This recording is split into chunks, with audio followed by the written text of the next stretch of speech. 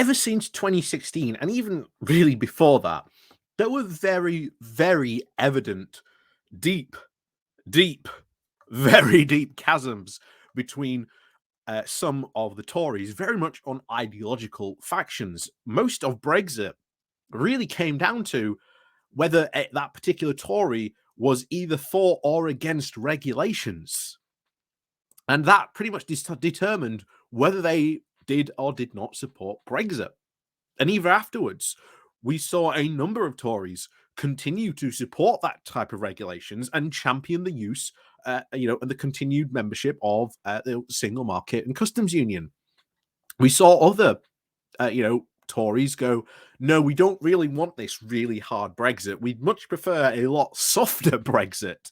And now, pretty much because of Boris Johnson, he formed a massive new coalition, and because of the ERG, new groups emerged within the Tory party, and the ideological differences between them all is not bridgeable because they all want different things. And because Liz Truss is the ERG candidate and she has stacked her, cabinet with ERG members, remember, 88% of the government is controlled by the ERG.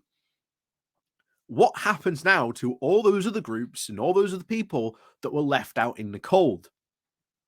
And one of the things we always said was when Boris Johnson eventually goes, and now Boris is gone,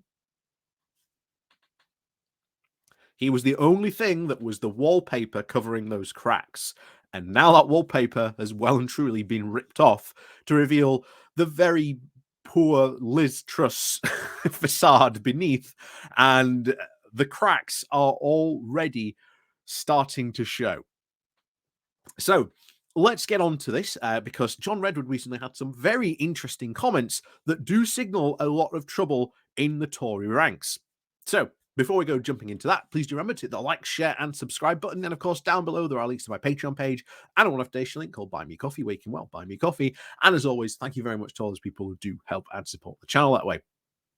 So over we go to the Yorkshire Bylines today, with their article on this titled John Redwood, Signalling Discord in the Tory Ranks. John Redwood was once dubbed Spock by the Times columnist Matthew Paris, after Star Trek's very Vulcan science officer who famously couldn't understand human emotions or empathize. The handle stuck. Rightly or wrongly, he is not known for showing compassion in the face of poverty. But who is Redwood, and why does what he had to say recently hint at division in the Tory ranks? Prime Minister Liz Truss's heroine, Margaret Thatcher, appointed Redwood director of the No. 10 Policy Unit back in 1982 to 1987, and Minister for Corporate Affairs in 1989 to 92.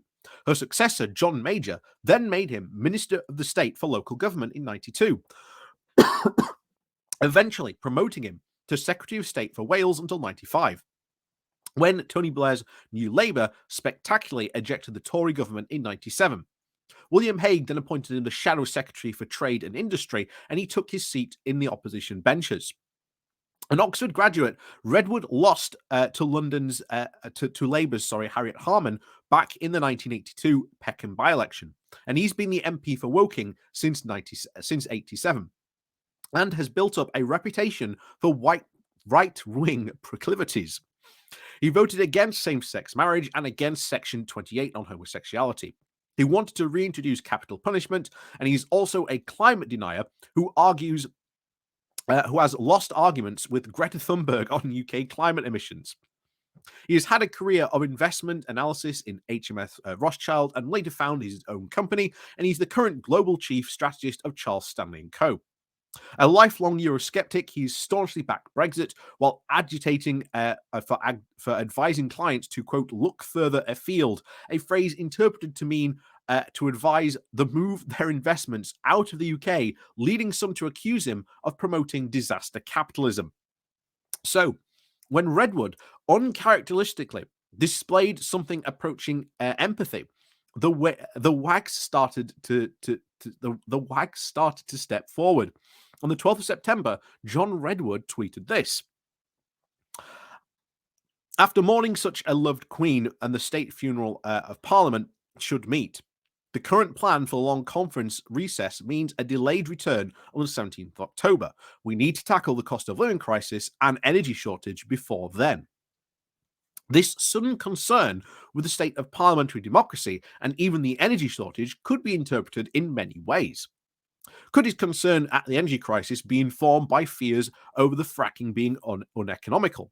Or is he perhaps persuaded that fracking swathes of Yorkshire and Sussex around the free ports would be an environmental disaster?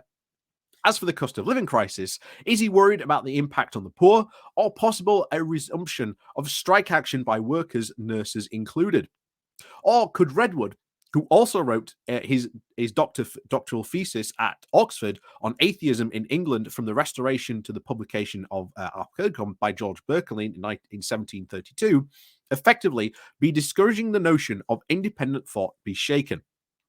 He may be part of the old guard, but his views have very traditionally resonated with the anti-trade union right-wing anti-Eurosceptic ERG, and now the de facto leaders of the party. For example, the new Secretary of State for Business and Energy Industrial Strategy, Jacob Rees-Mogg, a Catholic whose fund interest is in abortion pills, thinks that raising the minimum wage would be unwise. He favours the flexible local pay and opined that recently it is, quote, very hard to believe that the right to paid holidays is an absolute moral right. It is hard to square that with Redwood's remark on the long-standing parliamentary holidays, leaving MPs with only around 26 weeks per year to deal with parliamentary business.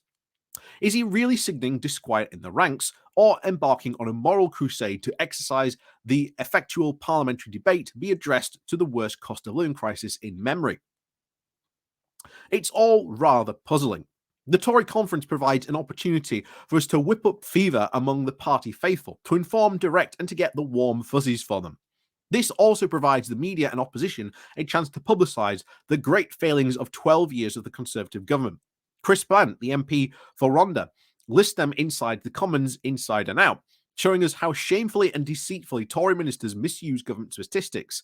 He has rejected the government's usual excuses and attributing the recession, NHS crisis, poverty, and crisis besetting us all up to the pandemic, and even scorned the idea of Tory unity based on MPs voting as directed by whips. He's not even very good at being conservative these days, he stated, tearing up the conventions and the constitution like student revolutionaries. While Wedgwood might not be a typical student revolutionary, perhaps his intervention was a touched on the raw nerve. A Tory look is not a good look, but it does deliver more copy than any journalist could wish for. Over the past couple of days, the potential authoritarian right-wing tendencies of the Public Order Act have been exposed, and peaceful dissent has been laid to arrest. Even the sight of a plain sheet of paper led one protester to be warned to behave by the police. It's not just people protesting their republicanism or even distrust of the plight of the ordinary people that is being shaken by the party faithful.